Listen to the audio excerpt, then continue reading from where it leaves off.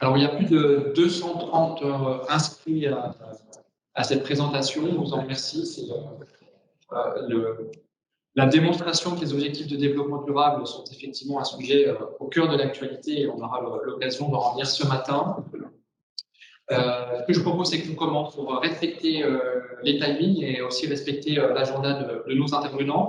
Donc, bonjour à toutes et à tous. Merci de votre présence ce matin pour ce webinaire présentation des résultats de l'enquête annuelle Objectifs de développement durable et entreprises françaises en action.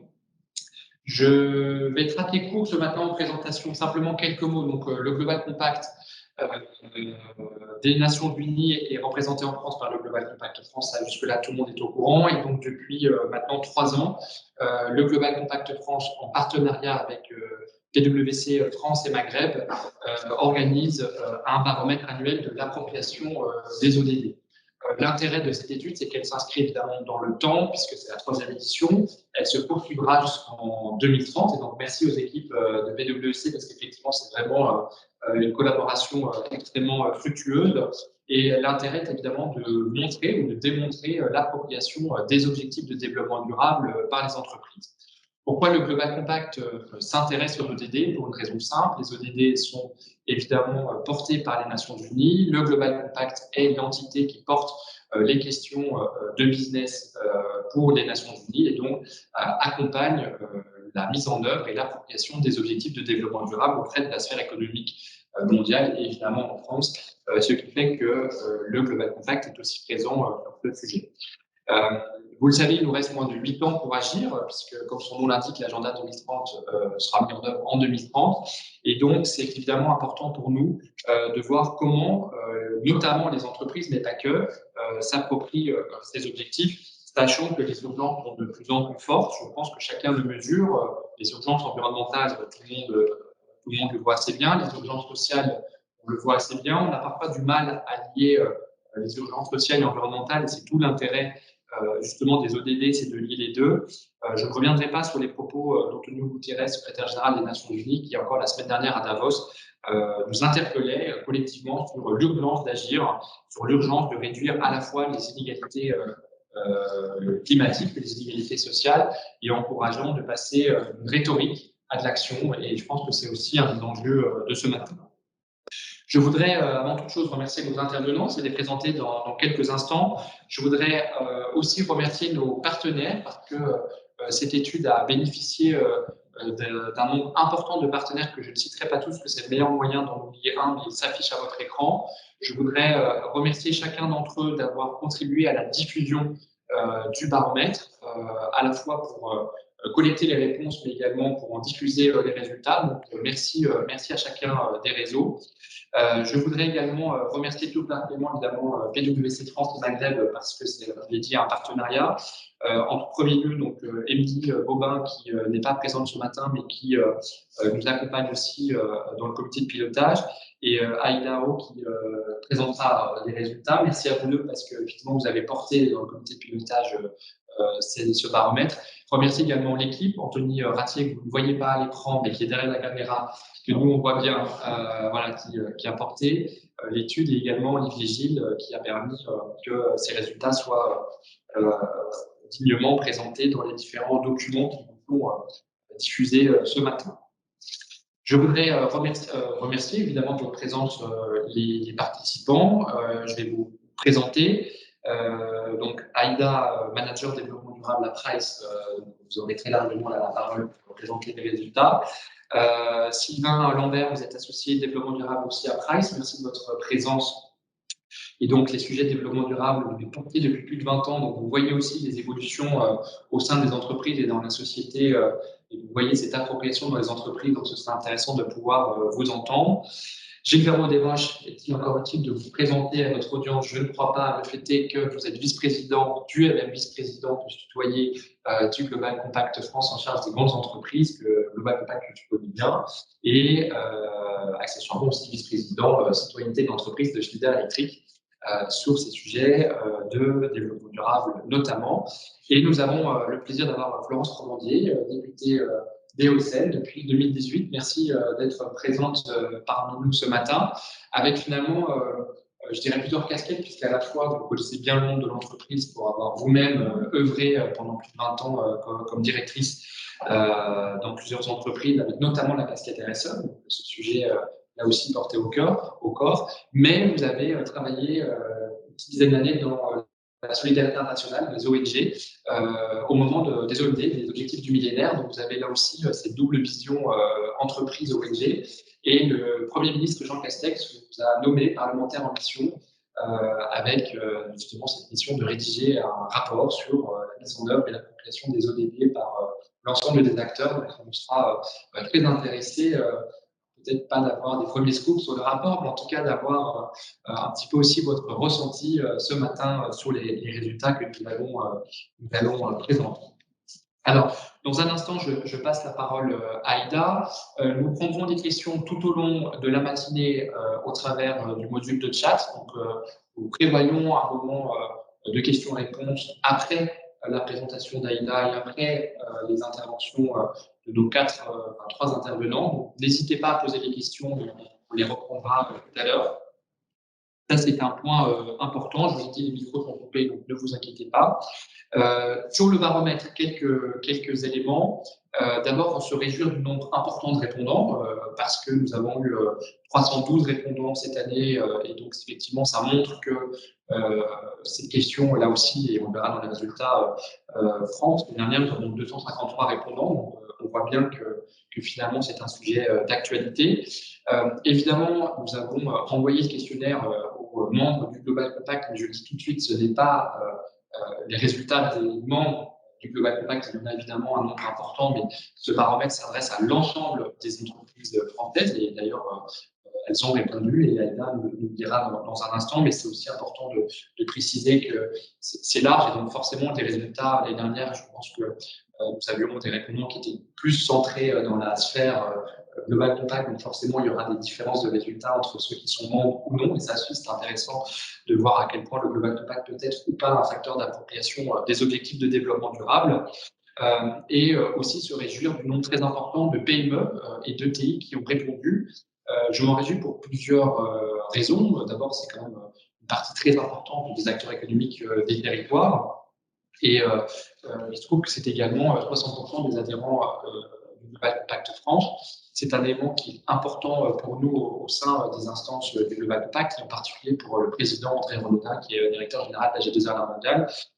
Et donc, le Global Compact est très sensible, évidemment, aux enjeux territoriaux, et c'est aussi d'ailleurs un élément de développement pour le Global Compact sur 2022-2023. Et donc, on y reviendra, mais ce n'est pas simplement un élément de grandes entreprises multinationales, c'est un élément extrêmement concret porté par les PME, par les chefs d'entreprise, aussi dans leur quotidien d'entreprise, et Aïda pourra nous en dire un peu plus dans quelques instants. Voilà. Une nouvelle fois, je remercie les partenaires, puisque normalement, ils se réaffichent à l'écran. Et je passe tout de suite la parole à Aïda pour la présentation des premiers résultats.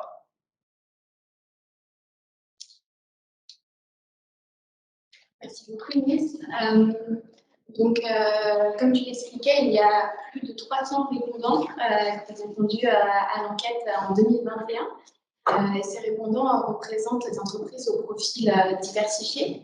En effet, 57% sont des TPE-PME, ce qui est très intéressant. Et également, on note que 52%, donc plus de la moitié, sont basés hors de la région parisienne. Et effectivement, pour 73%, ce sont des entreprises qui font partie du réseau Global Compact France, comme le souligne l'Église, pas que. Un élément important aussi et très intéressant pour nous du profil de ces entreprises, c'est que 98%, donc presque la totalité des entreprises qui ont répondu, encore une fois de toute taille, ont une approche RSE, ce qui montre que la RSE est maintenant un must-have dans le monde de l'entreprise, peu importe la taille des entreprises.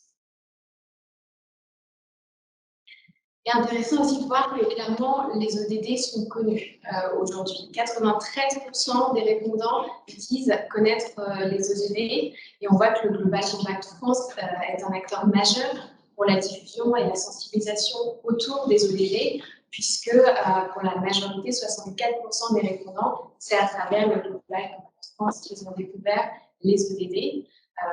ensuite à travers la presse à près de 40%. Pourquoi les entreprises s'intéressent-elles et s'engagent-elles pour la réalisation des ODD? Il y a 3 raisons très fortes qui sont revenues, donc à plus de 90% pour les répondants, pour répondre à cette question du pourquoi. D'abord parce que c'est une façon d'ancrer cette approche RSE dans des enjeux sociétaux forts, dans un vrai développement durable, entre guillemets. Et donc c'est vraiment cet outil-là, les ODD sont un vrai cadre de référence pour ancrer l'approche RSE des entreprises, quelle que soit leur taille, dans ces enjeux sociétaux forts. Ensuite, c'est un outil de dialogue, parce qu'évidemment, les ODD, c'est utilisé par les États, par les ONG, on voit aussi de plus en plus par les agences de notation, les investisseurs et même les clients des entreprises. Et c'est un langage qui est à la fois national, puisqu'on a une feuille de route au niveau de la France, mais aussi international. Les ODD sont vraiment connus à travers le monde, donc un outil de dialogue fort. Finalement, pour les entreprises, c'est aussi une manière de calculer, de comprendre leur impact, positif ou négatif, sur les grands enjeux sociétaux qu'elles peuvent influencer. Donc, c'est un outil de mesure de la contribution de l'entreprise sur la société. Un point qui a été intéressant aussi dans cette analyse, c'est de regarder en particulier les PME. Et il y a une autre raison pourquoi on met en place des actions pour les ODD, qui est que pour les PME, à 72%, ça représente un avantage business, puisque ça leur permet de se différencier par rapport à la compétition. Donc ça, c'est un élément qu'on trouvait intéressant de souligner ici. Pardon. Comme j'expliquais, c'est un outil de dialogue avec les parties prenantes. Et quand on a demandé aux entreprises qui ont répondu à l'enquête quelle partie prenante vous pose le plus de questions sur les ODD, il a été intéressant de remarquer que c'est d'abord les clients de ces entreprises à 63% qui interrogent les entreprises sur les ODD. Ensuite, on retrouve les investisseurs et les banques à 37%. Et c'est vrai que c'est une tendance qu'on voit de plus en plus monter à travers les années. Et finalement, seuls 11% des répondants disent ne pas être interrogés, ce qui veut dire que la grande majorité sont interrogés par différentes parties prenantes sur ce sujet-là, et ce qui appuie l'idée que c'est un vrai outil de dialogue entre l'entreprise et les parties prenantes. Donc, au vu de toutes ces raisons, les entreprises s'engagent pour la réalisation des objectifs de développement durable. Donc, à 88%, les entreprises nous ont dit s'engager. Et c'est intéressant de voir que parmi ces entreprises, la grande majorité s'engage vraiment au plus haut niveau, et cet engagement est porté au niveau de la direction générale. Comment les entreprises intègrent les ODD au sein de leur entreprise et au sein de leur approche RSE? D'abord à travers la sensibilisation des collaborateurs. Ensuite, et c'est dans la même logique que les premiers éléments qui vous ont été présentés, à travers l'intégration dans la stratégie RSE. Mais ça va au-delà, parce qu'on parle aussi d'intégration dans la stratégie de l'entreprise à 67% et dans la gouvernance de l'entreprise à 62%. Finalement, comme on l'a évoqué précédemment, c'est aussi un outil de mesure de l'impact. Donc à 58%, ça permet aux entreprises de mettre en place des indicateurs d'impact. Comment aussi les entreprises intègrent et mettent en place des actions pour l'atteinte des ODD? Ça se fait à travers les partenariats. Donc effectivement, ici on pense à l'ODD 17. Et les principales parties prenantes qu'on retrouve dans ces partenariats, ce sont les organisations de la société civile pour un tiers des répondants. On voit aussi que les répondants font des partenariats avec d'autres entreprises, que ce soit de leur secteur d'activité ou en dehors de leur secteur d'activité, pour mener à bien des actions pour l'atteinte des ODD. Si on s'intéresse à l'alignement avec l'agenda 2030 et la feuille de route de la France, il est intéressant de remarquer qu'un tiers des entreprises disent s'aligner avec la feuille de route de la France et l'agenda 2030. Cependant, il reste encore de la sensibilisation autour de la feuille de route de la France, puisque 48%, donc près de la moitié, des répondants ne connaissent pas la feuille de route de la France sur ce sujet. Sur quelles ODD les entreprises françaises, je précise bien ici, travaillent en priorité? C'est sur les ODD finalement qui représentent assez les enjeux sociétaux forts actuels en France. Donc l'ODD 12 autour de la consommation et la production durable, l'ODD 8 autour du travail décent et de la croissance économique, l'ODD 5 autour de l'égalité des sexes, l'ODD 13 qui traite des mesures relatives à la lutte contre le changement climatique, et bien évidemment l'ODD 3 relatif à la santé et au bien-être.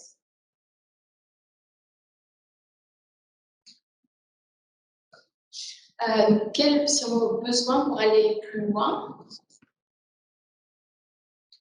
Merci. Donc, les entreprises ont identifié 4 besoins forts, je dirais 2 besoins et 2 leviers d'action pour les accompagner dans la mise en œuvre d'actions pour la réalisation des ODD. D'abord, un besoin d'outils.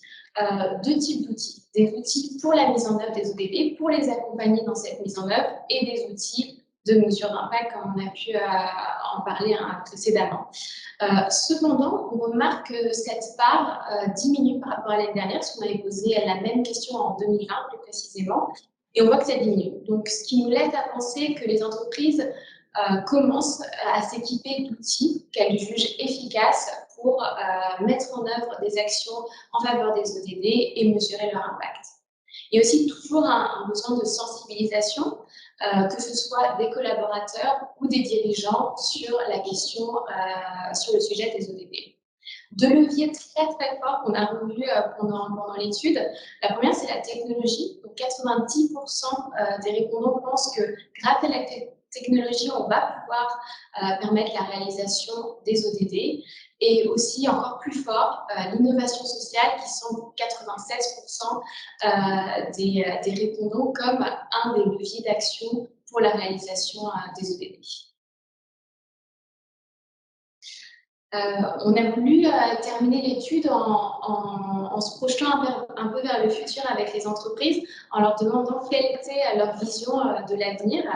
Et on est assez heureux des résultats, puisque 96% des répondants sont confiants dans l'avenir et considèrent que d'ici 2030, on réalisera les ODD. C'est intéressant aussi de voir que les entreprises sont prêtes à s'engager plus et considèrent qu'elles doivent plus s'engager pour la réalisation des ODD, puisque aussi 96% des répondants nous disent que les entreprises joueront un rôle encore plus important dans l'avenir. Et finalement, le rythme est bon, on peut peut-être même encore l'accélérer, puisque seuls 12% considèrent que l'alignement vers les ODD est trop rapide. Voilà. Voilà, effectivement, c'est vraiment une note, on fait des apartés en se disant que c'est assez impressionnant que 96% des répondants sont optimistes dans l'avenir, parce qu'on entend quand même des sons de cloche différents et que finalement le rythme semble pas si soutenu. On a toujours l'impression qu'on va trop vite et on va poser la question. Vous êtes quelques-uns à nous faire remarquer que le son et l'image sont moyens. Donc, vous avez remarqué, nous sommes pour la sobriété numérique. Donc, nous avons une connexion qui ne consomme pas un surplus d'énergie ni de micro. Donc voilà, c'est les limites de la technologie. Donc, désolé. Malheureusement, on ne pourra pas faire mieux avec les conditions qui sont les nôtres ce matin. Donc, j'en suis désolé. Merci Aïda. Est-ce qu'effectivement, les résultats sont, je trouve, très intéressants dans notre logique des ODD. Donc, on va passer tout de suite à ce tour de table. Sylvain, c'est vrai que la transformation du monde, alors finalement, va pas si vite. Les ODD sont aussi un vecteur de transformation où les entreprises se transforment. Quel est l'intérêt finalement pour une entreprise de se pencher sur ces impacts, positifs ou négatifs d'ailleurs, à l'aune des objectifs de développement durable? Merci de cette excellente question. Je citais mon associé Émile Baume, que je salue, je pense que vous connectez, est en congé d'maternité. Et on est à un moment vraiment particulier. Depuis 2 ans, on est rentré dans une nouvelle ère. Et ce qui sort le passé ne permet pas vraiment d'expliquer ce qui va se passer en une rupture majeure qui est le Covid. Mais en même temps, il y a des mouvements de fond sur l'évolution de l'entreprise qui avaient démarré. Et aujourd'hui, en tous les cas, c'est une analyse que l'on peut faire. L'entreprise, on l'a vu, j'ai même l'économie privée. On l'a vu, par exemple, à la COP26. On voit bien que, et d'ailleurs, c'était même dans les fondements du pacte mondial. Le pacte mondial est un appel à rejoindre dans un pacte au service de demain l'ensemble des acteurs, que ce soit la société civile, l'économie publique, l'économie privée. Et on voit bien que l'économie privée devient un acteur majeur, à la fois parce qu'on a besoin de moyens forts, et que les entreprises elles-mêmes, aujourd'hui, sont en train de devenir de leur fait.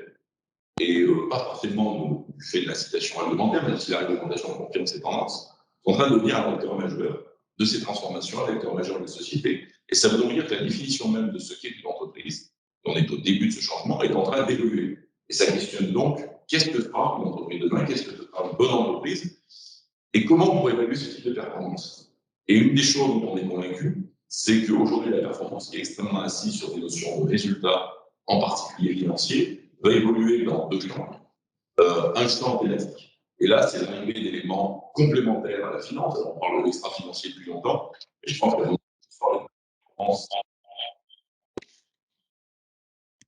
va juste parler de performance simple, les deux étant intégrés. Ça, c'est l'évolution thématique. Et l'évolution temporelle, c'est une évolution vers des indicateurs de résultats, des indicateurs d'impact, et on va parler de ODD, et une dimension prospective.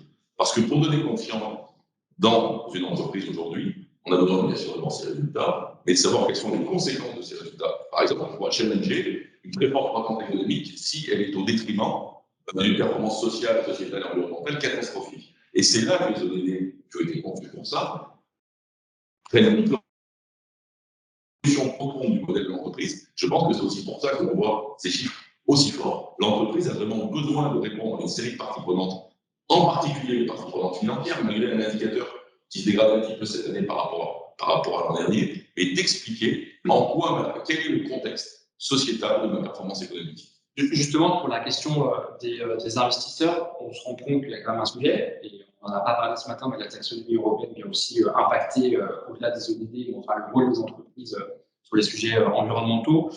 Comment se positionnent les investisseurs par rapport à l'agenda 2030 ?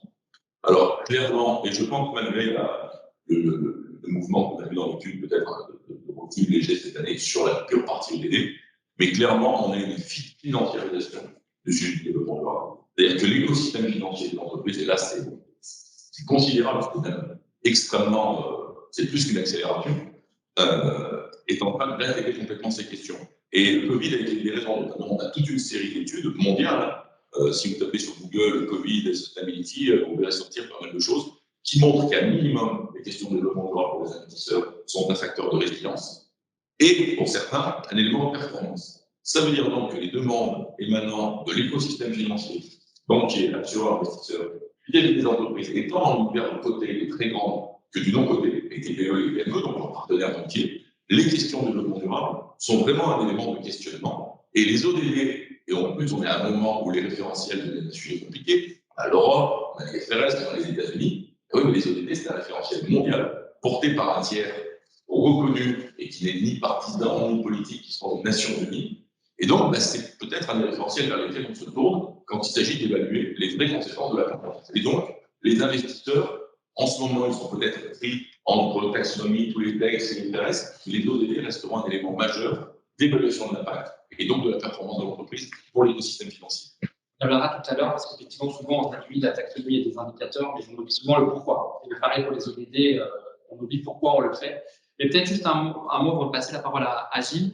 Est-ce que finalement, c'est un gros mot d'allier performance et ODD? Parce qu'on a souvent l'impression que voilà, les ODD, c'est pour le bien commun et le lien avec l'entreprise est peut-être plus tenu. Et on voit bien que pour les PME en particulier, c'est un levier de performance. Comment vous réagissez? Je dirais déjà une phrase. J'ai une seconde, j'ai pas d'entreprise qui gagne dans un monde qui perd. Ça, c'est clair. Donc, même égoïstement, si je m'intéressais pas au monde de demain, si le monde se délite, je fais quoi? C'est quoi mes clients? Quels sont mes investisseurs? Comment je me développe? Donc, réellement associé au DD performance, pour moi, c'est majeur, parce qu'il ne peut pas y avoir de performance. Et ça repose sur le fond de qu'est-ce qu'on appelle performance. La performance pure économique, c'est plié, c'est terminé. Ça va peut-être prendre du temps, on peut trouver évidemment des gens qui soient sérieux quand on n'est pas là. Non, à moyen terme, c'est terminé. La performance s'appréciera évidemment sur une base économique, mais aussi sur une base de conséquences. Et on a déjà des investisseurs qui montrent ces tendances aujourd'hui de dire moi, je suis prêt à accepter un peu moins de rendement, toujours du rendement, elle ne peut pas être mais quelles en sont les conséquences? Et c'est vraiment les deux qui vont trier. Donc associé, pour répondre à ta question, on peut directement associer ODD performance. Ce n'est pas un gros mot, c'est même essentiel. Très bien. On règle le son en même temps, pardon, je suis concentré, mais j'essaie de régler les problèmes de son en même temps. Mais j'écoute évidemment.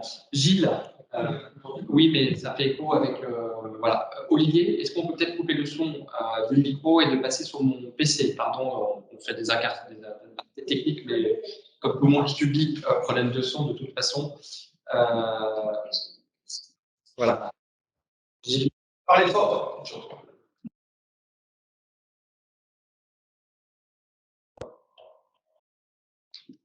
Enfin, bon, voilà. écho.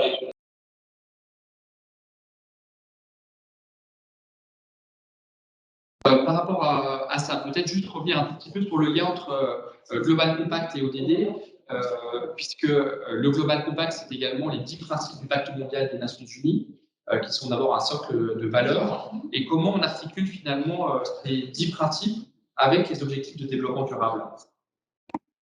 Merci beaucoup, Nils. Il semble que le questionnaire et les réponses auxquelles on aboutit répondent un peu à la question de la quête de sens du XXIe siècle. On a beaucoup dit qu'il était question de quête de sens pour les individus, il y a aussi une quête de sens pour les entreprises. Et au fond, utiliser ce référentiel mondial, qui, il faut le dire, n'a rarement été critiqué. Souvent, quand on a des référentiels, il y a toujours beaucoup de gens pour dire il manque quelque chose, ou il y a un sujet qui n'est pas adapté, ou etc. Pour le suivre, depuis que les ODD existent, il y a bien parfois une idée qu'il pourrait y en avoir un 18e, par exemple sur l'air. Mais honnêtement, il y a une qualité, une complémentarité, une réalité holistique des ODD qui font du sujet que dans une entreprise qui, dans le siècle dans lequel on est, réfléchi à la question du temps, à la question de la relation entre le marché et le progrès, les ODD jouent un rôle essentiel, probablement plus facile à mettre en œuvre que lorsque l'on parle des référentiels et des batteries de calcul que doit faire une entreprise. Ça n'empêche pas qu'elle doit le faire, mais les ODD ils nous projettent vers l'avenir et puis dans des mots que tout le monde comprend. Premier sujet. Pourquoi cette complémentarité entre les 10 principes du Global Compact et les ODD? Les 10 principes du Global Compact, dont vous vous rappelez qu'ils sont nés en 1999 sous la plume de Kofi Annan, c'était un peu une prise en compte qu'au moment où les entreprises devenaient grandes, mondiales, importantes, tout ce qui était les négociations onusiennes qui ne concernaient que les États et la société civile organisée devait aussi embarquer les entreprises. Et le grand sujet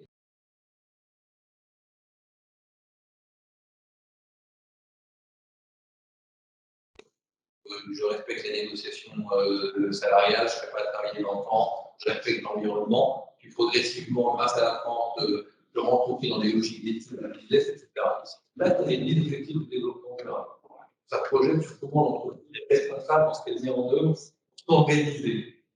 Les ODD, c'est comment l'entreprise se saisit des grands sujets mondiaux pour 2030 et quel impact elle a dedans. Moi, je vais prendre un exemple Schneider Electric. Quand on est chez Schneider Electric et qu'on vend du matériel électrique, honnêtement, l'ODD sur les océans apparaît à l'autre bout des préoccupations.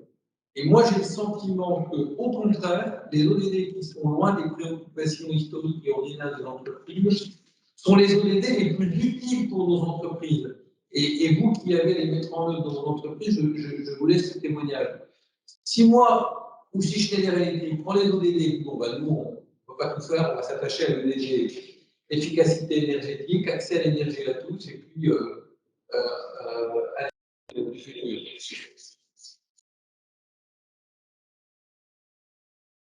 puisqu'on est au cœur de la stratégie de Schneider Electric et on utilise un outil pour en réduire l'efficacité qui est liée au fait d'être des objectifs, et on ne prend pas les objectifs qui sont lointains.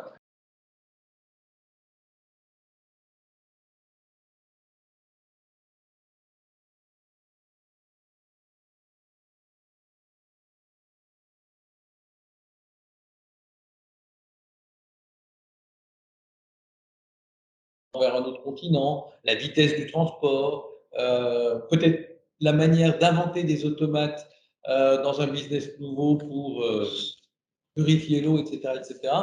Et donc, vous voyez, il me semble qu'il faut oser se confronter aux ODD qui nous apparaissent loin de chaque entreprise suivant notre chaîne de valeur, parce que, en termes de réflexion à l'intérieur de l'entreprise, en termes d'innovation, elles apportent un impact qui me paraît important. Donc, premier point, on voit la complémentarité entre les 10 principes et les ODD. Deuxième point, les ODD sont un très bel outil pour une entreprise qui veut avoir une logique de recherche de sens. Et il n'y a pas de raison qu'avec les grandes entreprises qui aient l'apanage de ce sujet, les PME aussi. Troisième point qui me paraît essentiel, avant d'arriver à un point peut-être plus critique, c'est que aujourd'hui, quand on parle de développement durable, on parle des chaînes de valeur.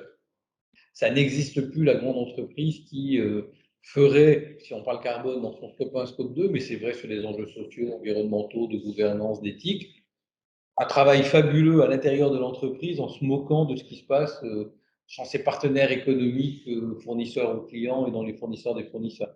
Et justement, les ODD, c'est une grammaire, un langage de discussion avec tous les autres acteurs de la chaîne de valeur, facile et atteignable par tout le monde, et puis le même langage, et ça aussi c'est la première fois, entre tous les acteurs de la société civile. Les ONG par l'ODD, les États par l'ODD, les entreprises par l'ODD, alors que quand on parle des réglementations, de l'ISO, du reporting, chacun a des logiques différentes et après sectorielles. On a là, en gros, sur les enjeux de responsabilité, la seule grammaire commune. Alors, je trouve fabuleux les réponses qui sont là. Je me rappelle qu'en France, il y a 200 000 entreprises qui ont plus de 10 salariés. C'est dire que les 315 répondants ont de la chance de considérer que les ODD va aider à construire leur impact et probablement l'objectif d'en convertir pas mal. Pour féliciter l'équipe de Global Compact, le réseau a pas mal augmenté cette année, mais c'est rien par rapport à ce qu'on doit faire. On ne peut pas se mobiliser sur ce sujet sans être un activiste pour que ça aille plus loin. Donc c'est superbe les réponses qui sont là, ça montre le ciel bleu de ceux qui ont la chance de connaître la langue ODD. Et dans cette chance-là, il y a un peu l'impératif de voir. Il me semble que c'est un bout de la responsabilité de tous ceux qui trouvent ça intéressant, de le diffuser autour d'eux et singulièrement dans sa chaîne de valeur, puisque les PME, nombreuses au Global Compact, ont aussi une chaîne de valeur, amont ou aval. Je trouve que les bons réponses qu'on a là sur l'impact des ODD dans nos entreprises et l'intérêt qu'en ont ceux qui les ont découverts et qui les utilisent est un vrai chemin de progrès. On ne devrait pas rajouter un autre ODD, mais on devrait dire que pour qui ose parler des ODD, il devrait y avoir l'effort de trouver 10 autres entreprises qui en parlent chaque année. Très belle transition avec Florence Provendier. Effectivement, je réponds à une question qui était posée sur finalement le scope de répondants. Alors, par définition, ceux qui répondent étaient ceux qui connaissent les ODD, puisque la question, c'est si vous ne connaissez pas, le questionnaire s'arrête. Donc, évidemment, c'est un prisme. Mais donc, une des questions qui était posée, alors bien évidemment, on a travaillé avec l'ORT, le C3D, le MEDEF, la CPME et bien d'autres, se pose la question d'interroger les entreprises au travers de l'INSEE. Donc, ce sera peut-être une conclusion à apporter dans le rapport. Mais effectivement, il y a un prisme. Et Gilbert Desroches le disait, alors le ciel est bleu pour les entreprises qui évidemment connaissent les ODD et ceux qui ne le connaissent pas. C'est un challenge voilà, que Florence Provendier connaît bien. Alors, Madame la députée, par rapport à ce que vous avez entendu ce matin, par rapport aux résultats, comment en fait vous percevez-vous un tout petit peu cette appropriation des ODD par les acteurs économiques? Est-ce que c'est aussi en résonance par rapport à ce que vous avez pu vous observer dans le cadre de votre mission confiée par le Premier ministre? Alors déjà, merci Niels pour cette invitation. Bonjour à toutes et tous. Merci au Global Compact et à PwC et ses représentants de porter ce sujet qui est pour moi déterminant pour l'avenir de la planète. Si vous me le permettez, en une phrase, je présente la mission qui m'a été confiée. L'objectif étant de faire des recommandations au Premier ministre et à Barbara Pompili sur la meilleure façon de coordonner, structurer et mobiliser les mouvements multi-acteurs, multi-échelles autour des ODD. J'ai commencé cette mission début septembre et je devrais rendre mes recommandations mi-février. Donc, en plus, ce que vous produisez ici vient alimenter ma réflexion. Par rapport aux entreprises, je voudrais faire un petit bond en arrière, et vous l'avez évoqué, Gilles, 1999, j'allais dire début des années 2000, les entreprises, et ça répond à votre question, Nils aussi, s'emparent de la RSE avec le Global Compact qui propose un cadre d'engagement volontaire. Donc, on voit que les entreprises sont engagées sur ce type de sujet et officiellement depuis une vingtaine d'années, avec le triptyque que vous connaissez bien, économique, solidaire et durable. Et puis 2012, il y a Rio, où les entreprises réaffirment leur engagement pour le développement durable. Quelques années après, l'adoption des ODD en 2015, avec là un mouvement vraiment multi-acteurs, et c'est là la grande force, vous l'évoquez également, c'est plus l'affaire de certaines ONG, de d'autres entreprises, des États, des territoires, des citoyens, mais c'est véritablement, j'allais dire, un cap, une feuille de route, une matrice qui nous est donnée à toutes et tous. Et puis, il y a la COP21, où là, c'est encore le climat quand même qui a le leadership pour tout un tas de raisons. On n'aurait pas le temps de les développer maintenant. Et puis, bon an, mal an, donc oui, certaines entreprises s'emparent des ODD. J'allais dire, il y a un temps qui est intéressant, il me semble, c'est 2019, avec d'une part la loi PAC, qui permet notamment aux entreprises, enfin, tout le sujet autour des entreprises à mission, le partage de la valeur, et puis la publication de la feuille de route à laquelle ont contribué les entreprises. Et je trouvais très intéressant ce chiffre que vous avez communiqué dans l'étude, à savoir que parmi les participants, qui sont quand même des personnes très éclairées et très au fait des ODD, donc j'allais dire, c'est peut-être le petit biais qui n'est pas un petit biais. Donc, je veux dire, mais appuyons-nous sur les pionniers pour faire avancer ce sujet qui est, j'allais dire, presque vital et structurant. Mais effectivement, ce qui est troublant, c'est que de voir par rapport aux acteurs très mobilisés sur le sujet, il y a presque la moitié, vous le soulignez, madame, qui se demandent, mais de quoi parle-t-on quand on parle de la feuille de route? Alors, par rapport à l'appropriation par les entreprises, ce que j'ai pu constater par rapport aux investigations que j'ai menées depuis quelques mois, il y a un mouvement volontaire et une prise de conscience, et y compris au niveau de la finance, y compris au niveau des assurances, que finalement, ça ne sert à rien de faire du profit si c'est pour demain que la planète disparaisse avec notre humanité. C'est un peu cynique ce que je dis, mais même pas, parce que c'est une réalité, il y a une vraie prise de conscience. Les ODD sont véritablement cet outil qui peut permettre à la RSE, enfin, d'être un levier à la RSE, et je pense qu'il ne faut pas les opposer, mais il faut les allier. Et ce que je note, alors c'est génial, 93% des répondants connaissent les ODD, quand au niveau national, c'est à peine 10% de la population, et encore, j'imagine que ça doit être quand on est sur la notoriété assistée, parce que souvent, quand je parle de ma mission autour des objectifs de développement durable, certains me répondent « Ah, vous occupez du traitement des déchets ». Donc, non, mais il peut encore y avoir un gap assez conséquent. Donc, je pense que l'enjeu numéro 1, y compris pour les entreprises, c'est qu'il y ait une acculturation massive du sujet. Il nous reste 8 ans et je pense que les entreprises peuvent véritablement être un moteur, mais je vous passerai le rapport. Alors, on a beaucoup de choses à voir avec vous, mais alors, évidemment, sans trahir les conclusions du rapport, comment, selon vous, dans les premières tendances, vous l'avez dit, seul 10% finalement du grand public connaît les objectifs de développement durable. Pourtant, il y a une feuille de route, on l'a cité, la feuille de route Agenda 2030, portée par le commissaire général au développement durable, qui fait beaucoup de choses, qui a des comptes Twitter. Enfin, je veux dire, on a une administration qui est impliquée, qui a investi, ça pour le coup, on ne peut pas lui reprocher. Finalement, comment on peut encore plus améliorer cette visibilité et la progression des objectifs de développement durable? Restons sur les entreprises et sans doute sur les PME. C'est un sujet qui a été abordé notamment par Gilles Vermeau-Desroches il y a quelques instants. Alors, ce que je vais partager avec vous vient des parties prenantes, vient des entreprises, j'en ai interrogé un certain nombre, et les propositions qui figurent dans mon rapport viennent effectivement des personnes concernées, et en ce moment d'ailleurs j'ai mis en place une plateforme pour que toutes celles et ceux que j'ai interrogés de façon plus élargie puissent venir nourrir ces propositions pour faire des propositions concrètes et opérationnelles. Le but, c'est pas d'avoir un énième rapport sur une étagère, mais c'est bien d'avoir quelque chose dont chacun et chacune puisse s'emparer. Vous l'avez noté, et ça vient rejoindre hein, des points qui sont mis en avant dans les résultats de cette enquête. Il y a les EDD, pour moi, ça peut être un outil de dialogue social. Parce qu'à partir du moment où on a le même vocabulaire, on a même la même vision de l'avenir en général, alors c'est sans doute, et on partage les mêmes valeurs et les mêmes objectifs, c'est sans doute beaucoup plus simple de pouvoir échanger. Et donc là-dessus, je pense qu'il y a un travail qui est très, très intéressant et qui mériterait d'être investigué rapidement.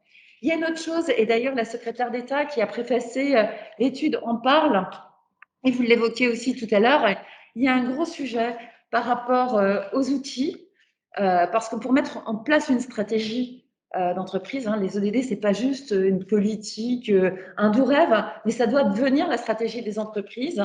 On a besoin d'outils concrets, on a besoin de mesurer la PAC, et là-dessus, on a besoin aussi d'avancer de façon beaucoup plus structurée. Vous avez parlé de la taxonomie, mais au-delà de la taxonomie, je pense que les ODD peuvent aussi servir, et on le voit avec la Caisse des dépôts, la BPI, qui sont partenaires, un sujet de fléchage des investissements. C'est de dire au prisme des ODD, et pas simplement sur la finance verte ou sur la RSE, mais c'est dire comment j'intègre ces 17 objectifs dans mes outils de gouvernance, dans mes outils stratégiques, dans mes outils de financement, pour faire grandir mon entreprise. Je crois que j'ai 44 propositions pour les entreprises, donc je vous épargnerai ce matin. Mais j'allais dire, c'est un vrai outil de dialogue social, c'est un vrai outil de pilotage stratégique, je pense. C'est un vrai levier pour servir une ambition. Et puis, s'il y a pas mal de chefs d'entreprise, j'imagine, qui nous regardent, voire de patrons de RSE, et je sais qu'ils sont pragmatiques. Dire, s'emparer des ODD, c'est donner une chance de réinventer son modèle, d'attirer de nouveaux talents. Moi, je pense que les générations qui arrivent, elles sont très concernées par ce que fait l'entreprise, les valeurs qu'elle porte. C'est aussi une façon de se positionner. Et je pense que les acteurs, les consommateurs, et vous le disiez, connaissent ces ODD et vont de plus en plus demander quel est l'investissement des entreprises en la matière. Et puis, je pense aussi que c'est une opportunité dans les 4 leviers, je fais 5 en mettant 4. Il y a l'innovation technologique, etc. Je pense que les ODD, enfin, les entreprises qui vont s'emparer des ODD, auront davantage de chances à perdurer et à inventer de nouveaux modèles qui feront le monde de demain. Alors peut-être pour élargir un tout petit peu, parce que là évidemment on est concentré sur les entreprises, mais l'enquête le souligne, un tiers des répondants réalisent des partenariats avec la société civile. Donc ça c'est une chose, mais il y a aussi, on a parlé de la feuille de route et le rôle de l'État qui est évidemment central pour piloter la feuille de route. Je vous ai vu un tout petit peu tiquer sur les territoires aussi, parce que finalement on en parle peu et en même temps on ne parle que de ça, parce qu'on parle des PME et par définition elles sont bien implantées sur les territoires. Quelle est finalement la place de l'État pour animer cet ODD 17? C'est lui pour les partenariats et la mise en œuvre des ces autres. Et c'est aussi un des objets de votre rapport. Donc finalement, comment on fait et quelle est la place de l'État, des territoires, de la société civile pour atteindre dans moins de 8 ans cet agenda 2030?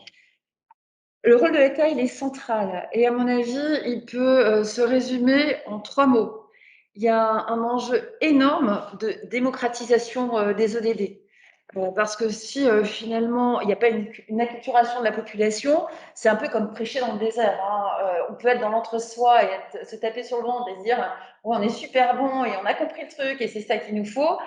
Si finalement tout à chacun quel que soit son parcours, quel que soit le lieu où il exerce une activité, ses loisirs ou même en famille, on n'a pas conscience des enjeux et de cette possibilité, on n'ira, je pense, pas très loin. Donc, dans son rôle, l'État, à mon avis, doit travailler très très fort sur la démocratisation. C'est l'éducation, c'est la formation, c'est des campagnes, c'est des événements, et l'État n'est pas seul, et bien sûr doit le faire avec l'ensemble des parties prenantes qu'on évoquait, les territoires, les entreprises, la société civile, les ONG. Et donc cette démocratisation, et j'en viens au deuxième point, l'État a un rôle de coordination. C'est lui qui doit donner l'impulsion, alors pas seul, parce que l'État seul ne peut strictement rien.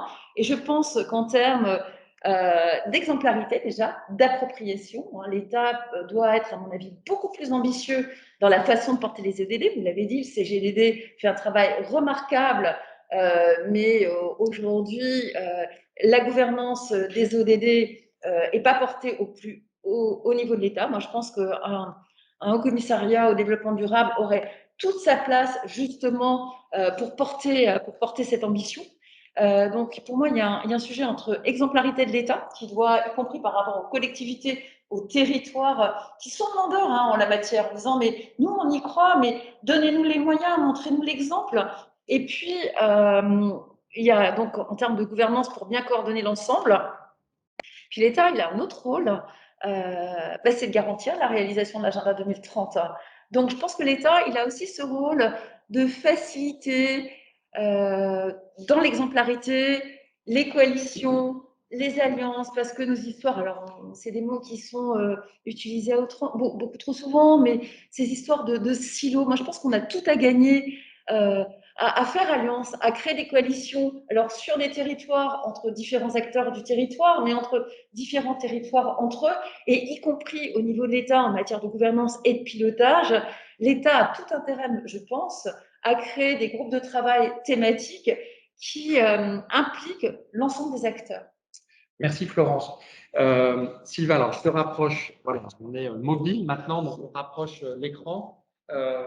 Sylvain, peut-être une question, parce que donc, on a parlé d'un ciel bleu, on est très positif et tant mieux, parce qu'il faut aussi être positif, mais parfois, une des critiques qui est faite aux entreprises dans l'usage des ODD, c'est finalement l'ODD washing. Et en gros, on s'achète une bonne conscience en mettant en avant des ODD et tout ça est fait joli dans son reporting. Et comment vous réagissez, vous qui accompagnez beaucoup d'entreprises sur ce sujet-là, comment vous réagissez à cet ODD washing qui est un peu le procès qui est fait parfois aux entreprises dans l'utilisation des ODD? Il y a un premier point qui est être victime de son succès. Les ODD sont sur deux sujets majeurs extrêmement attirants. Sur le fond, et là on a largement parlé, mais aussi sur la forme, et je dirais même sur l'esthétique d'ailleurs. Et donc c'est un extraordinaire vecteur de communication. D'ailleurs, c'est dit, et c'est très frappant, le point sur les TPE, les PME, c'est quand même des entreprises, quand on leur parle, qui nous disent le niveau de reconnaissance qu'on peut avoir sur les questions de RSE est difficile, en particulier dans les médias. Et donc, elles sont friandes d'avoir des éléments de reconnaissance. Donc, énorme succès. Mais cet énorme succès, ça peut aussi, comme c'est très parlant, et on l'a tous dit là, l'étude le montre, parler au DD, ça donne un avantage. Donc, certains peuvent être tentés de parler au DD, et puis avec rien derrière.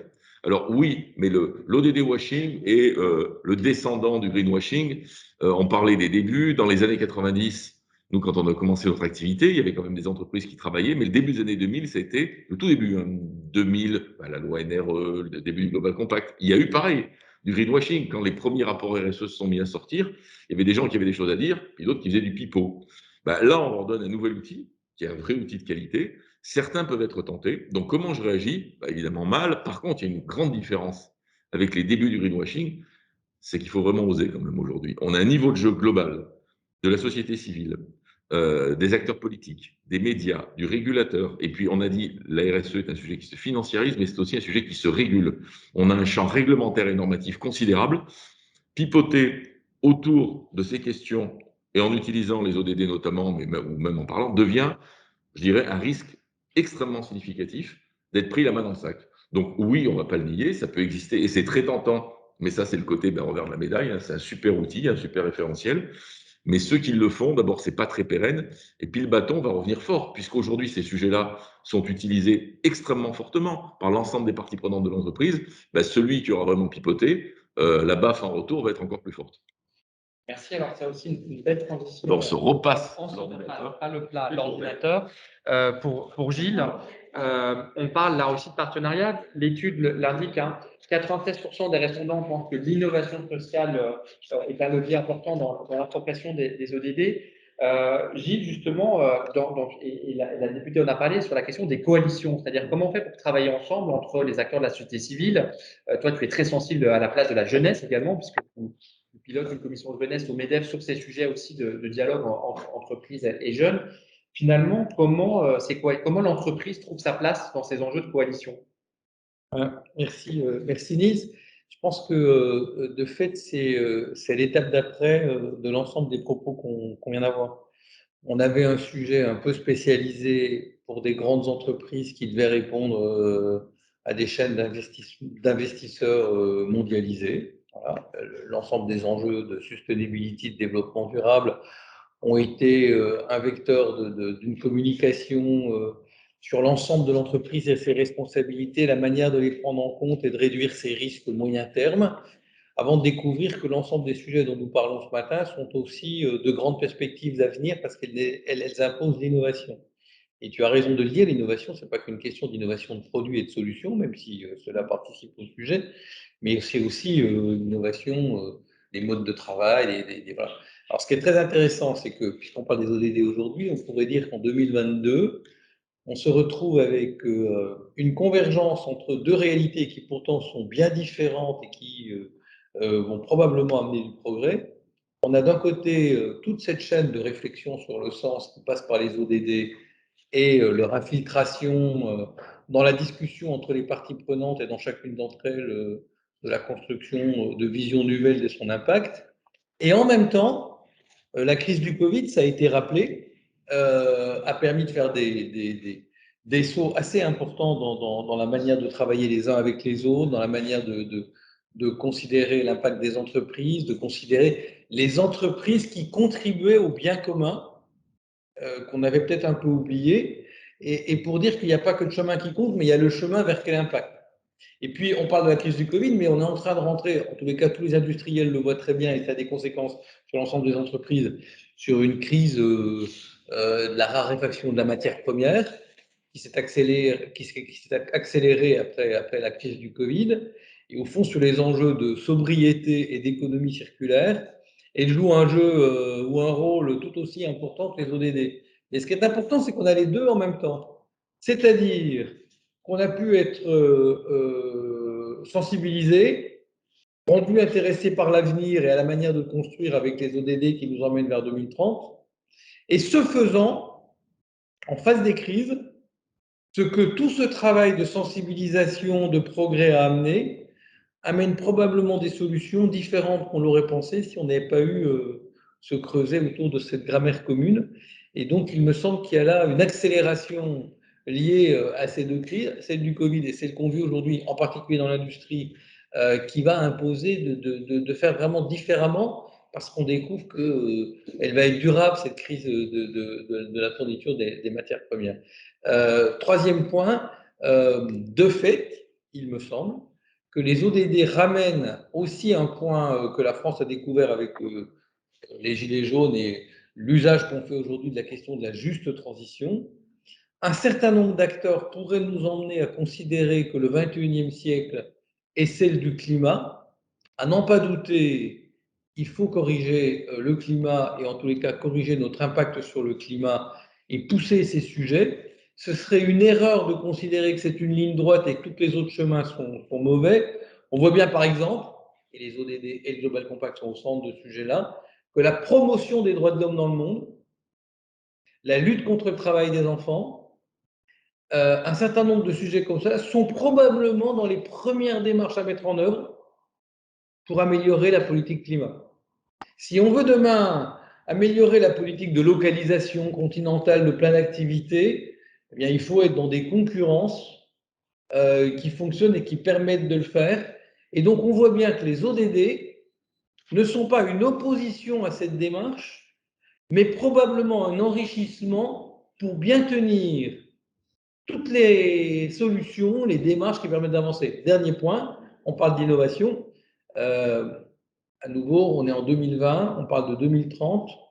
Souvent, quand on parle de plein d'enjeux, on parle de 2050. Ça nous ramène à 2010, si on fait 2010, 2020, 2030. Ça nous ramène à 1990, si on fait 1990, 2020, 2050.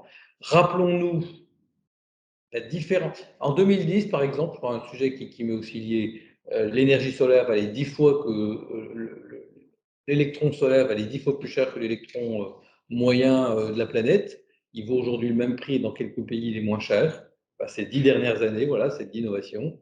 Et sur les modes de travail, on voit bien sur les enjeux de télétravail, le fait qu'on a cette réunion ici, qu'on a des consultations, des concertations, des modes très différents. Si on regardait, même sans que ce soit satisfaisant, puisqu'on est aujourd'hui dans la journée de lutte contre le sexisme, il faut encore beaucoup progresser, mais la réalité de ce sujet entre il y a 10 ans et aujourd'hui a profondément progressé.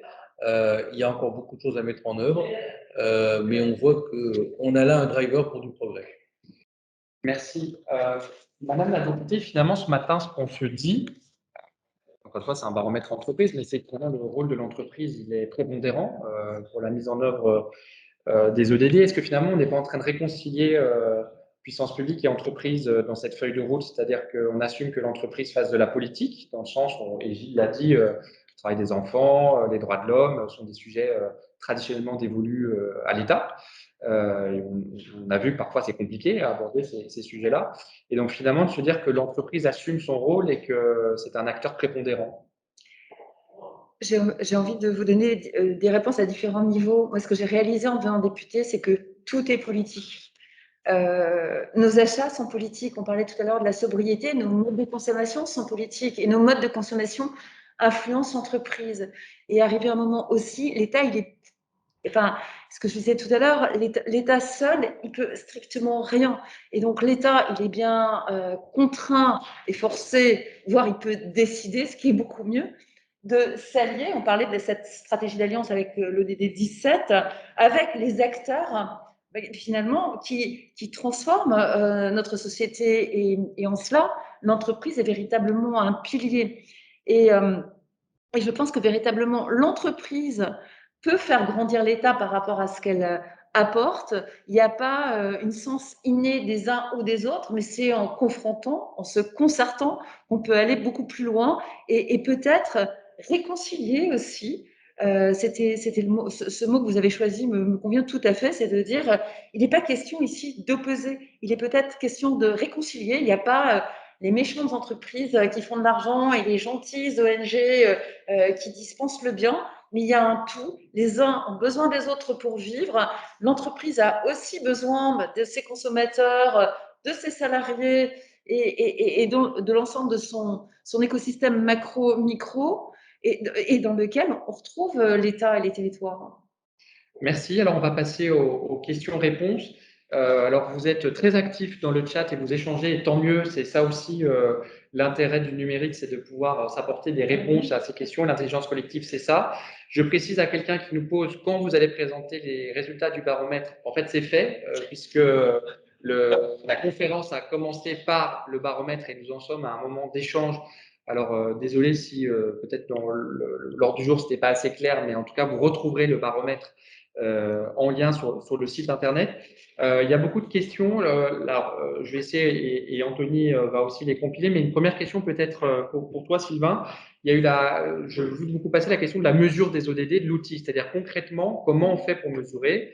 Tout le monde comprend plus ou moins bien la mise en œuvre, mais finalement, quels outils, quel dashboard, hein, c'est le mot concret qui a été utilisé, quel tableau de bord on utilise aujourd'hui quand on veut piloter la mise en œuvre des ODD dans son entreprise. Il faut rappeler que les ODD, c'est autre chose que, sur ce sujet-là, que les 17 petits carrés. C'est derrière, c'est des cibles, c'est des indicateurs, et le corpus global est fourni par le Global Compact. Donc, quand on suit les ODD, on a des éléments quasi techniques, sous forme d'indicateurs, sous forme d'objectifs, donc d'éléments que l'on peut quantifiée. Une quantification pourra être d'ailleurs numérique, voire même qualitative. Et donc, c'est à partir de ce stade-là, quand on s'inscrit dans les ODD, que l'on définit ces outils, on va dire indicateurs de mesure, éventuellement ces systèmes, et là, on rentre dans une logique d'indicateurs et de pilotage. Mais on a vu, notamment dans l'étude, un des points aussi était de parler d'outils. Et les entreprises nous ont remonté pas mal de questions dans l'étude sur comment on le suit. Et je ne suis pas surpris de cette question-là. Mais le point clé, c'est que les ODD, c'est de la philosophie, de la stratégie, des indicateurs et donc des éléments de mesure. À partir du moment où on a un indicateur, on est comme dans une consommation d'énergie, un suivi de diversité.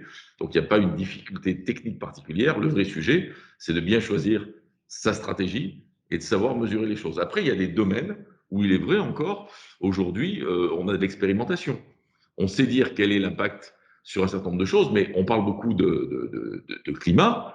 Rappelez qu'une empreinte carbone, ça reste des calculs et des estimations. On n'a pas une mesure, comme on pourrait l'avoir sur un débit d'eau, ou comme on peut compter la part des femmes dans le management, etc. Donc il y a plein de sujets où même la science est complexe. Et donc c'est ça la complexité. Elle n'est pas nichée dans les ODD, qui donnent des guides. Elle peut être nichée dans le sujet que l'on va suivre, qui est complexe parfois à évaluer, la biodiversité, en étant sous certains angles.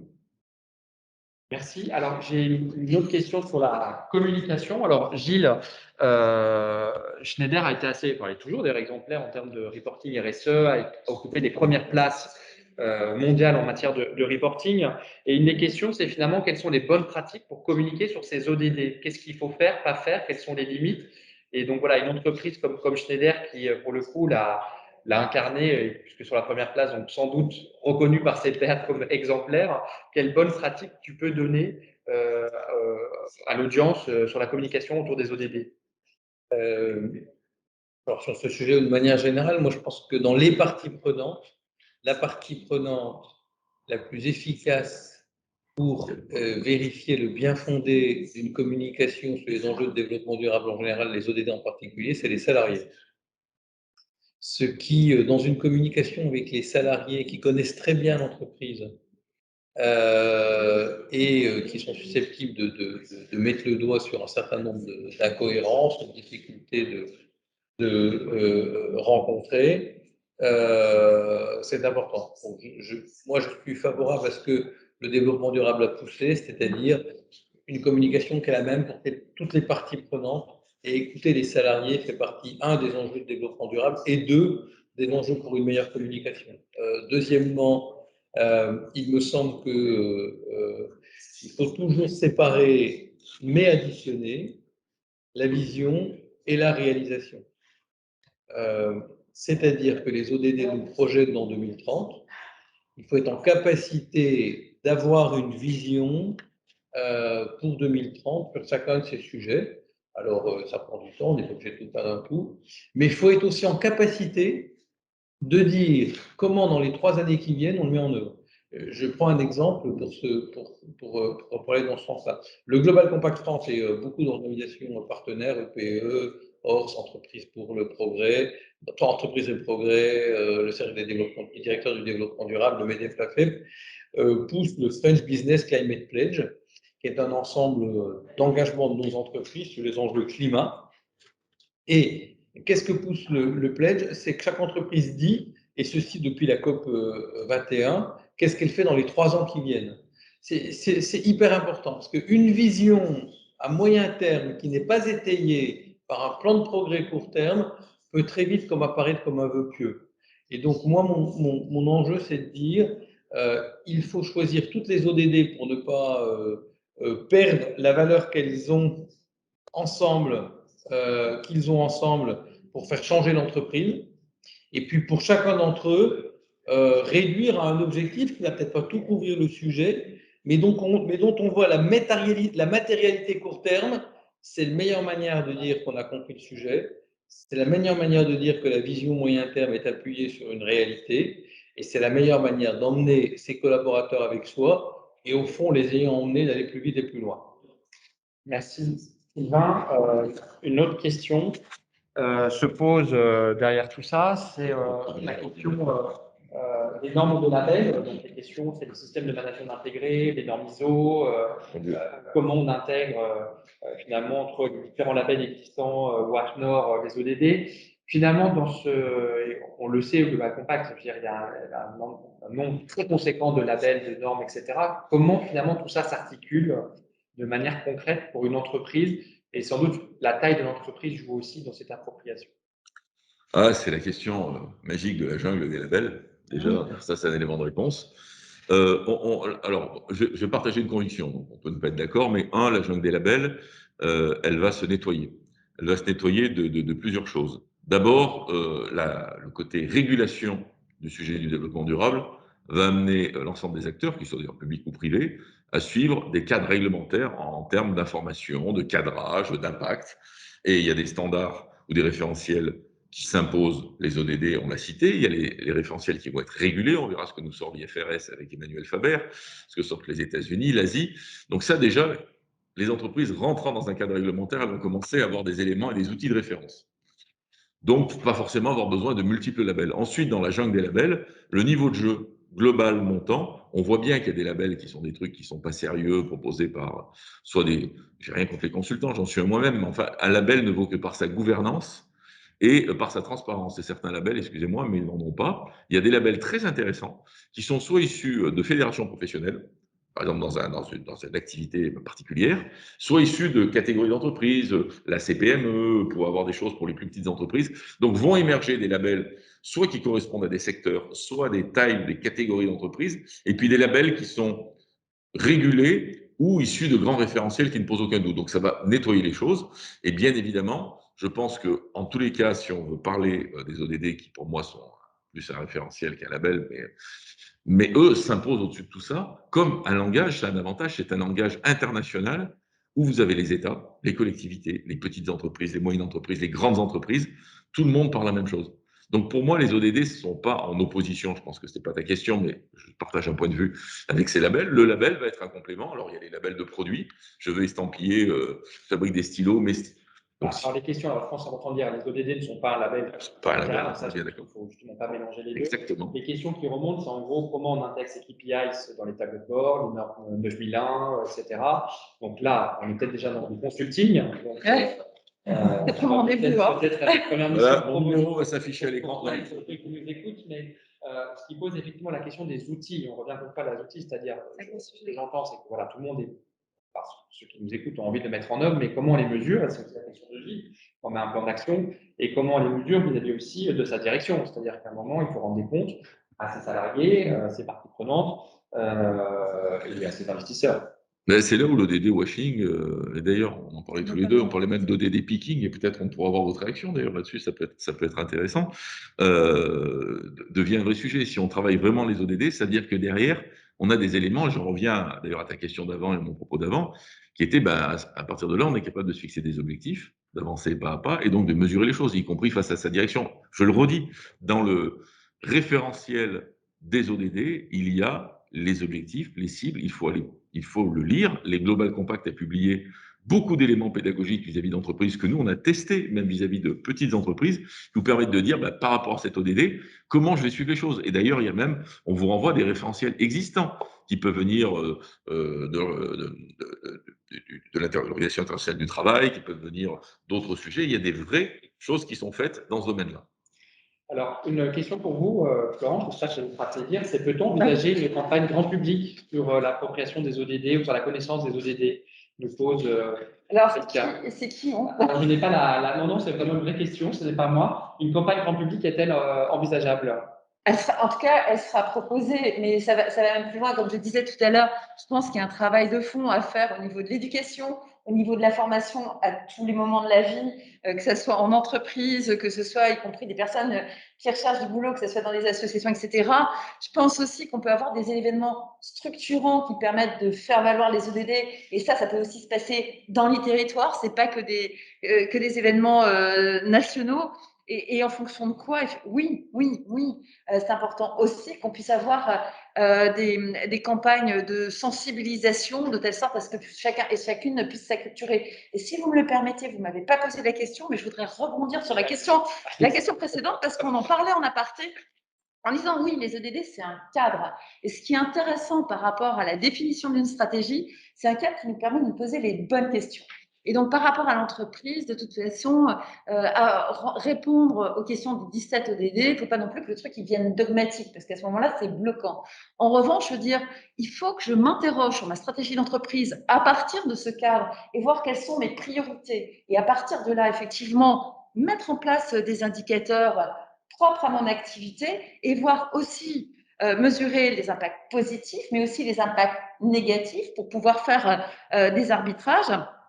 Et ensuite, se poser la question des impacts directs ou indirects de ce que j'entreprends. Donc, effectivement, on parlait de washing. Moi, je pense qu'aujourd'hui, on est plus sur du picking, mais je ne vois pas ça négativement. Je me dis que si c'est une façon de s'approprier le sujet, et si c'est pour envisager du aller vers, là, on le voit, il y a 5 ODD. Peut-être un aparté, donc l'ODD picking, ce que disait Guillermo Desroches un petit peu avant, c'est de s'approprier 1 ou 2 ou 3 ODD en oubliant les autres, alors qu'on rappelle toujours que l'ensemble des ODD sont systémiques. Absolument. Ce que vous dites, c'est un début de maturité. Mais d'ailleurs, on le voit, enfin je monte là parce que nous, excusez-moi, mais on avait la présentation de l'enquête ici. Il y avait effectivement 5 ODD qui ressortaient massivement dans le cadre de l'étude que vous avez réalisée. Et l'idée, c'est pas de dire je mets de côté les autres, mais quels sont ceux qui font le plus de sens par rapport à ma stratégie d'entreprise. Et petit à petit, il y a une appropriation, il y a une acculturation. Et l'idée, c'est d'aller de façon beaucoup plus large. Je voudrais juste citer un exemple qui a été mis en place par le PFE, Partenariat français pour l'eau. L'idée, c'est effectivement la mission des acteurs du Partenariat français pour l'eau, c'est l'eau. Donc, il y a une vingtaine de missions, mais derrière, ce qu'ils font, c'est qu'ils ont mis des grilles de questions auxquelles vous répondez, et en fonction de quoi, on voit l'impact sur les 17 ODD, parce qu'on se dit, bah, tiens, quand je traite de l'eau, peut-être que je ne réponds pas à tel ou tel ODD. Mais malgré tout, on se rend compte qu'en se posant les bonnes questions, on peut quand même imaginer les impacts collatéraux. Je ferme ma parenthèse. Il me semble que vous l'avez dit, mais le redire, votre rapport final sort quand? Ah ah. C'est une question du public. Hein, non, alors, j'ai pour obligation, parce que c'est la figure imposée sur une mission temporaire, de le produire en moins de 6 mois. Donc, normalement, j'ai deadline fin février, mais je me suis dit que mi-février, ça serait pas mal. Voilà, bientôt. Gilles, j'ai 2 questions pour toi. La première, alors je la reprends. Attends, parce que j'ai 2. Voilà. Peut-on dire que les objectifs de développement durable sont la mise en œuvre des 10 principes du Pacte mondial des Nations Unies? C'est la première question. Je te pose la deuxième après. Non. C'est un peu la question du chemin et de l'arrivée. Les 10 objectifs du développement durable tracent le chemin de la responsabilité dans sa mise en œuvre dans ce que je pourrais appeler le back-office de l'entreprise.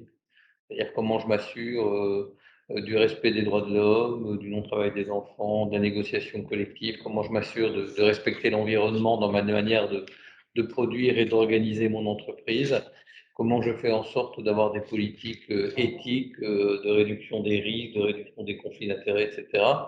J'allais dire, là, c'est l'ensemble des outils pour construire une entreprise responsable. Les ODD sont plutôt un outil qui fait la vision de l'entreprise et qui montre où va le chemin.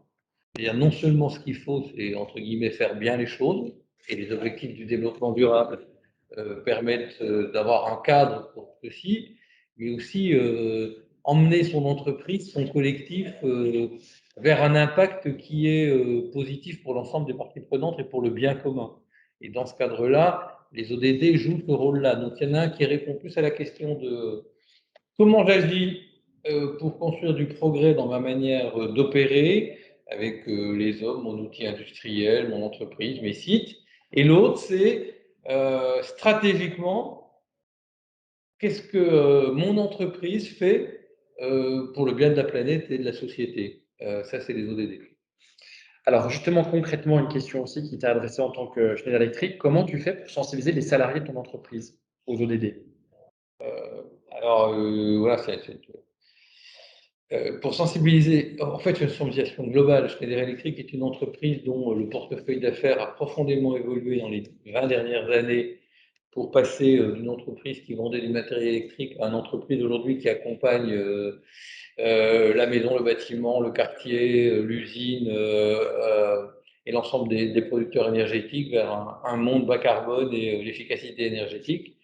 Et ce faisant, dans cette réforme-là, on voit bien que l'entreprise se considère comme contribuant à l'impact qui mêle progrès, sobriété, durabilité et engagement. Dans cette évolution stratégique-là, probablement qu'il est plus simple, ou en tous les cas, elle est très ambitieuse. Pour y arriver, il a fallu embarquer les salariés. Donc, les différents outils, chez Schneider Electric, on a l'habitude tous les ans d'avoir un e-learning rendu obligatoire sur les enjeux du développement durable. Pour une entreprise qui est plus franco-française, par exemple, la Fresque du climat est une partie de cet e-learning. En entreprise mondiale, il y a d'autres outils. AXA met aux dispositions à des prix pas très chers d'un outil international pour former les salariés d'une entreprise sur l'ensemble des enjeux du développement durable. Bon, c'est une autre possibilité. Donc, de fait, il y a une dimension de formation qui est essentielle. Et puis après, il y a la dimension dont je disais, les salariés ont besoin, on leur partage une vision peut-être, mais en même temps de voir le progrès et comment il les concerne et comment ça change leur manière de travailler et leur manière de produire. Ça se construit dans la durée. L'ensemble des sujets dont on parle ce matin, c'est pas un jour qu'on dit et 15 jours après tout le monde est d'accord. J'ai envie de dire que c'est un ensemble de démarches, d'actions plus que de communication, de leadership plus que de régulation. Et la régulation et la communication sont au service justement de l'expression et de ce leadership et de l'évolution stratégique qui sont, me semble-t-il, les deux piliers fondamentaux pour que des salariés comprennent dans quelle démarche on est et dans quel mouvement on inscrit l'entreprise pour accroître son impact.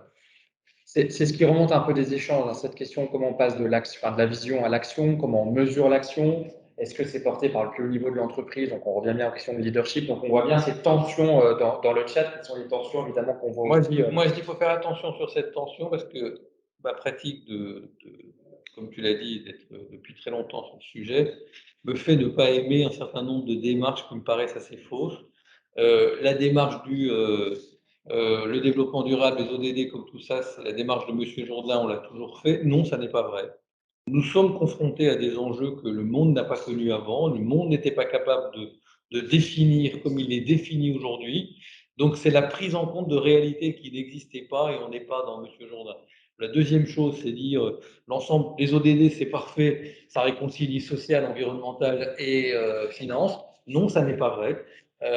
Les ODD, peut-être qu'à un moment donné, ça réconcilie tout ça, mais c'est faire des choix courageux, c'est risquer des positions en intégrant mieux le moyen terme dans la décision court terme, et ça n'est donc pas si simple que ça. Et c'est pas qu'une question de réconciliation, c'est surtout une question de risque et de volonté quant à l'alignement de son entreprise sur les objectifs, sur le bien commun. Et puis,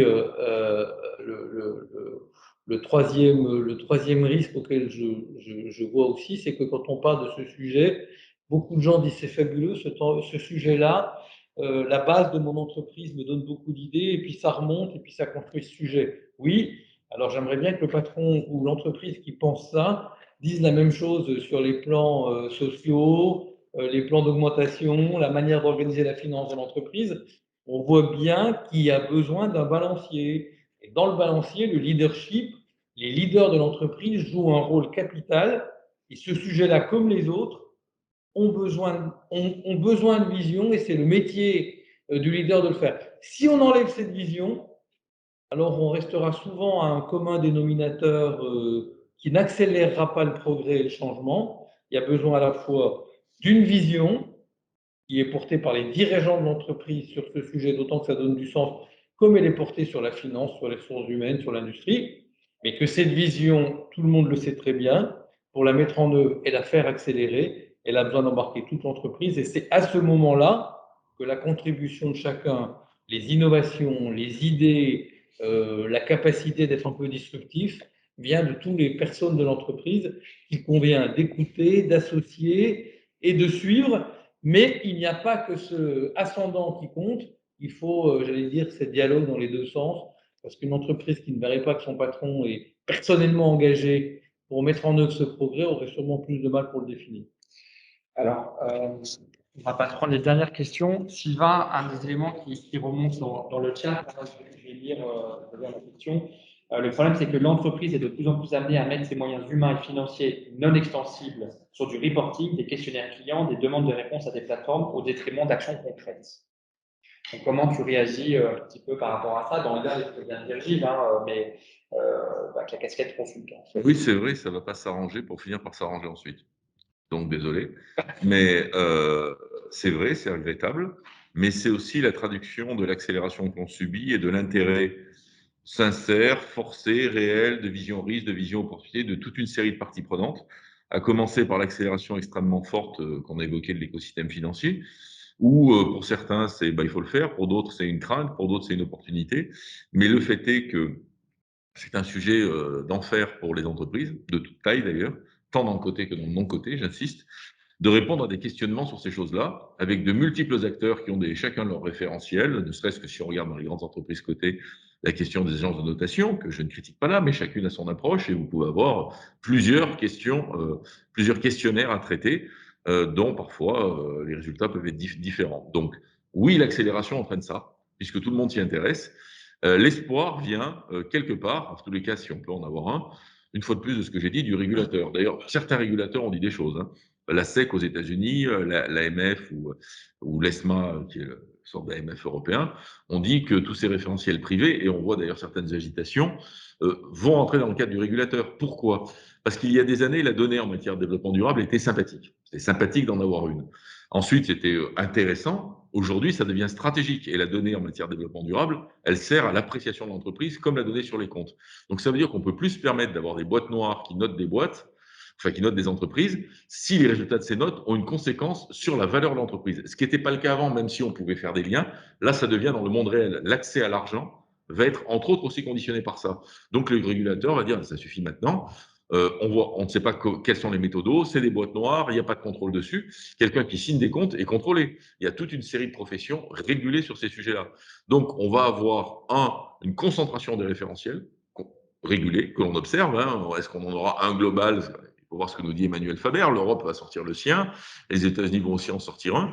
Donc, à moyen terme, la folie de la multiplication des labels et des questions et des questionnaires qui font perdre du temps à des tas de gens va se calmer, mais pendant plusieurs années, ça va réellement accélérer et ça ne va pas aider les choses. Alors, on le dit, c'est vrai que l'accélération des crises, ce que je disais juste avant, est quand même, c'est pas show must go, c'est quand même l'accélération des crises sociales, sociétales, environnementales, fait que tout un chacun doit agir, l'entreprise, pas que. Olivier Grégoire, dans son édito, dans l'étude, je disais d'ailleurs, on ne mesure pas, ne s'améliore pas, et vous en faisiez référence juste avant, Madame la députée. Donc justement, est-ce que finalement, l'enjeu aujourd'hui, c'est qui est un enjeu politique, mais qui nous concerne tous, finalement, comment on mesure la mise en œuvre de tous ces défis qui sont les nôtres, parce que c'est quand même ça, et l'enjeu, et je le disais tout à l'heure sur la taxonomie, c'est pas une taxonomie, un reporting de plus, c'est comment on réduit son empreinte carbone, dans la mesure de voilà, ce que disait Sylvain, mais finalement, qu'est-ce qui sous-tend tout ça? Parce qu'on parle de reporting, de management, d'outils, etc., mais finalement, la vision, et je pense, surtout à vous, Madame la députée, c'est-à-dire finalement, quelle vision au-delà de ce qu'on se dit là, mais quelle vision dans tout ça, parce que c'est quand même une vision de société qu'on est en train de dessiner. Absolument d'accord. Et je trouve qu'en cela, la feuille de route déjà nous donne un cap. Elle nous donne la direction vers laquelle on veut aller. Elle parle aussi des coalitions qu'il serait souhaitable de construire. Mais avant de mesurer, moi, je pense qu'il faut embarquer. Il faut former. Je pense que les écoles, les universités, je ne réponds pas tout à fait à votre question, mais j'y arrive quand même, ont un rôle majeur à jouer pour que chacun et chacune sache de quoi on parle et soit des moteurs dans cette transformation.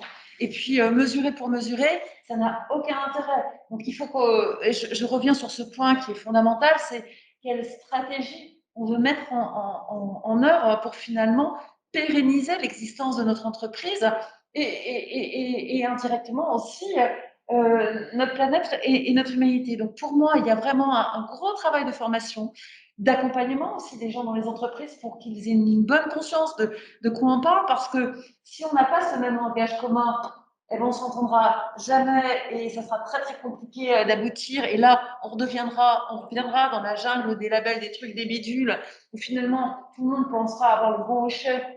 Pardon, c'est peut-être un petit peu violent ce que je dis, mais la bonne martingale, alors même que finalement on est à côté du sujet. Donc il y a un vrai enjeu de savoir de quoi on parle, d'embarquer tout le monde, de former les uns et les autres, d'avoir des stratégies claires. Et après, je pense qu'en matière d'impact, bah, petit à petit, on l'a vu et vous l'avez évoqué, le monde de la finance, elle n'attend pas. Alors, il y avait ce livre que sans doute vous avez lu sur est-ce que la finance peut changer le monde, d'ailleurs, qui a été préfacé par le président de la République. La finance, c'est pas une fin en soi. La finance, c'est un outil. Et je pense que les ODD, c'est aussi un outil qui doit nous permettre d'aller vers un monde plus durable et avec aussi des leviers que sont l'innovation et le développement. Donc, la mesure, oui, Olivier Grégoire a parfaitement raison. Ce qui ne se mesure pas n'existe pas, mais avant de mesurer, il faut savoir vers où on veut aller et ce que l'on veut mesurer. Alors, merci. Alors, les discussions dans le chat sont intenses et tant mieux, parce que c'est aussi ce que veut offrir le Global Compact à ses membres, hein, cet espace d'échange et pour le coup, c'est réussi. On arrive au terme de cette matinée, donc on va devoir conclure. Je voulais remercier l'ensemble de nos intervenants ce matin pour votre présence, votre implication. Merci aussi Aïda, parce que voilà, tu as énormément porté avec Émilie ces résultats. Tous les résultats sont en ligne sur le site internet du Global Compact. Ne vous inquiétez pas, ils sont accessibles. Ils seront évidemment diffusés. Nous allons dans les prochains jours lancer la 4e édition, l'édition 2022 du baromètre. Donc, restez connectés pour répondre à cette enquête qui sont en train de terminer là, dans les heures qui viennent. Vous dire qu'évidemment, le Global Compact, en tout cas pour ses membres, reste à votre disposition pour échanger, partager, sensibiliser au travers de l'ensemble des ateliers que nous organisons, soit à Paris, mais aussi en ligne ou dans les différents cercles régionaux qui vont ouvrir cette année, puisqu'on voit bien qu'on a besoin d'accompagnement, que ce soit par des professionnels en tant que tels, mais aussi par ses pairs, et l'un n'empêche pas l'autre, bien au contraire. C'est ce qu'on essaye de favoriser au Global Compact. Donc, c'est vraiment le lieu. Et encore une fois, je pense que ce séminaire de ce matin montre qu'on est en plein dedans et qu'il y a évidemment des niveaux de maturité qui sont différents entre entreprises. Et c'est bien normal, puisqu'on est dans une accélération de la mise en œuvre de l'agenda. Encore une fois, je voulais remercier l'ensemble des acteurs qui se sont mobilisés. On en a cité un certain nombre. Je crois que le slide des partenaires apparaît à nouveau à l'écran. Donc, je voulais vraiment les remercier parce que je tiens aussi à dire que évidemment, le Global Compact a une mission d'appropriation des objectifs de développement durable pour les acteurs économiques, mais la volonté, et ça a été dit, les Nations Unies sont neutres et indépendants. Donc, ce qui est important pour nous en tant qu'acteurs français, c'est évidemment de travailler avec l'ensemble des acteurs de place sans hégémonie, sans prendre la place de qui que ce soit. Au contraire, on croit nous aussi aux alliances, aux coopérations et aux partenariats. Donc, c'est vraiment comme ça que se positionne le Global Compact France. Donc vraiment merci à l'ensemble de ces partenaires qui sont des partenaires d'ailleurs quotidiens du Global Compact indépendamment du baromètre, parce que c'est important aussi de pouvoir dire quand on arrive à bien travailler ensemble entre acteurs économiques sans concurrence, et les enjeux font qu'on a besoin de travailler tous ensemble dans les années qui viennent. C'est tout pour aujourd'hui. Merci beaucoup encore une fois. Je regarde les notes, je crois qu'on a tout dit. Merci aux intervenants et on verra voilà, pour d'autres formes d'ateliers. Donc restez connectés avec le Global Compact France et le Global Compact, Pacte mondial des Nations Unies, qui propose aussi un certain nombre d'outils directement en ligne, alors souvent en anglais, mais les équipes françaises les traduisent. Et vous avez notamment 2 outils que je voudrais mentionner. D'une part, l'Académie, qui est accessible aux membres du Global Compact. Et pour les entreprises qui ne sont pas membres au Global Compact, vous avez la plateforme impact.gouv.fr, qui est l'impact porté par le gouvernement sur l'appropriation des indicateurs ESG.